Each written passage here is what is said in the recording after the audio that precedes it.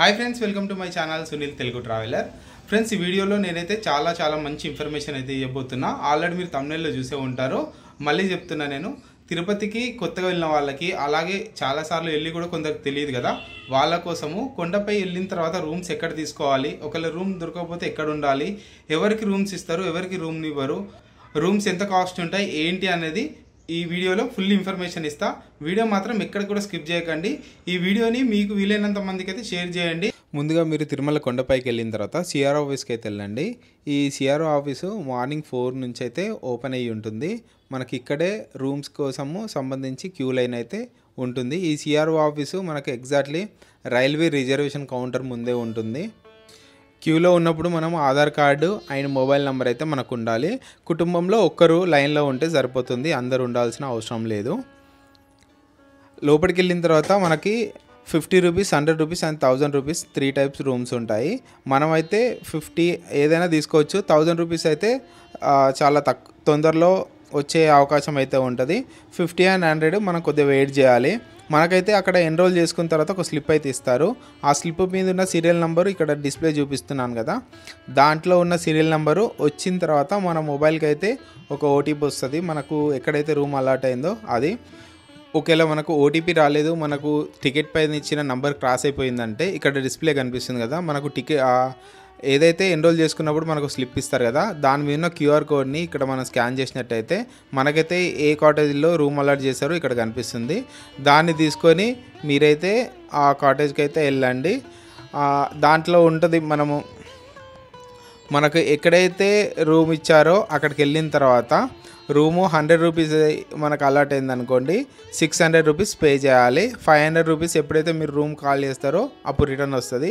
అదే 50 rupees room వచ్చింది అనుకోండి, మీరు 550 రూపీస్ అయితే పే చేయాలి. అంటే ఇక్కడ రూము 100 రూపీస్ లేదంటే 50 రూపీస్, 500 రూపీస్ డిపాజిట్ అన్నట్టు.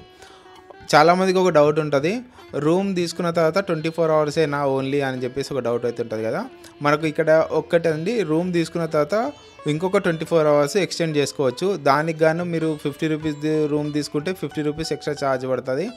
లేదు 100 రూపీస్ అయితేనేమో 100 రూపీస్ ఎక్స్ట్రా ఛార్జ్ పడుతుంది. ఆల్రెడీ మీరు 500 రూపీస్ డిపాజిట్ ఇస్తారు కదా, సో దాంట్లో నుంచి అయితే మీకు 100 రూపీస్ కట్ అయిపోయి రిమైనింగ్ అమౌంట్ అనేది మీకు ఏదైతే మీరు యూపీఐ నుంచి చేస్తే యూపీఐకి, లేదంటే కార్డుతోటి పేమెంట్ చేస్తే కార్డుతోటి పేమెంట్ అయితే రిటర్న్ మీ అకౌంట్కి అయితే 4 వర్కింగ్ డేస్లో అయితే రిటర్న్ అయితే వచ్చేస్తాయి. మీకు ఏ కాటేజ్లో అయితే రూమ్ అలాట్ అయిందో అక్కడికి వెళ్ళిన తర్వాత మనం మార్నింగ్ అక్కడ సిఆర్ ఆఫీస్లో ఎన్రోల్ చేసుకున్నప్పుడు ఒక స్లిప్ అయితే ఇస్తారు కదా, ఆ స్లిప్ ఇస్తే మనకు రూమ్ ఎక్కడ అని చెప్పేసి రూమ్ నెంబరు, కీస్ అండి ఇక్కడ ఇస్తారు. ఇప్పుడు నేను చూస్తున్న రూమ్ అయితే 100 రూపీస్ రూము. చాలా అంటే చాలా బాగుంటుంది.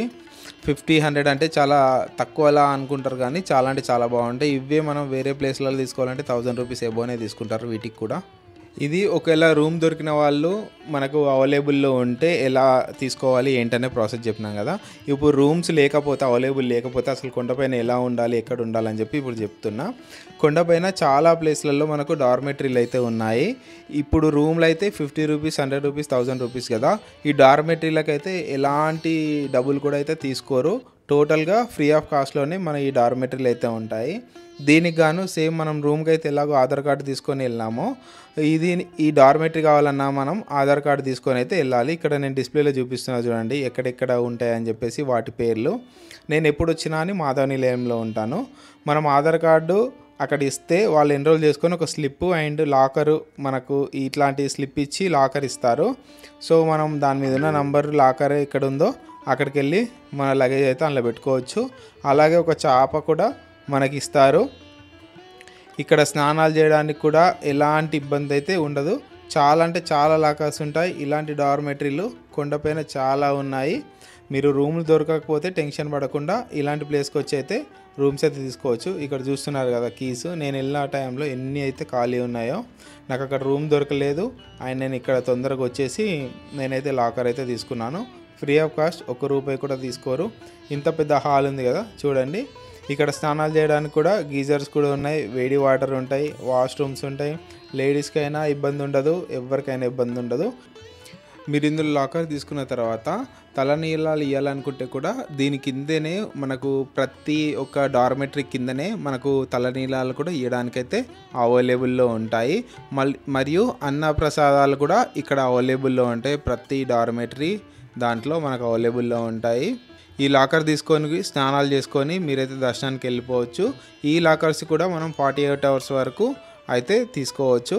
నైట్ పడుకునేటప్పుడు మనకు మన ఆధార్ కార్డు తీసుకొని ఇలాంటి చెదర్ అయితే ఇస్తారు. ఆ స్లిప్ పైన మనము చెదర్ తీసుకున్నట్టు నోట్ చేసుకొని అయితే ఇస్తారు. మళ్ళీ మనం రిటర్న్ ఇచ్చినప్పుడు మన ఒరిజినల్ ఆధార్ కార్డు ప్లస్ ఈ లాకర్ కూడా క్యాన్సిలేషన్ అయితే అయిపోతుంది. మనం ఎప్పుడైతే వికెట్ చేయాలనుకుంటామో అప్పుడు ఇవ్వచ్చు.